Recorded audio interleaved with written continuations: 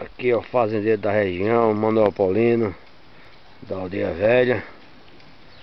Ele tá aí, tá começando a ter leite agora. Já são 5h25, 5h25 da manhã. Pai, essa vaga dá quantos litros de leite assim na tirada? 12 numa tirada, durante o dia dá uns 18 litros, né? Uhum. Olha, a minha tá cheia, não. Olha aí, tá vendo? Eu vou pegar o muro pra colocar. Vou tirar já. Já vou Olha. tirar no outro balde já. E vai dar outra tirada em outro balde agora. Ele... E a vaca é amorosa, a vaca tá... Olha, começando. Ela tá para de segunda cria, É isso aí, tá vendo a vaquinha aí?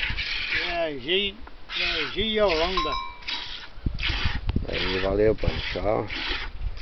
É isso aí, vocês estão vendo aí, né? A criação aqui é a fazendinha aqui do meu pai. Um abraço, a medida cheia aí, ó. Tchau, fui.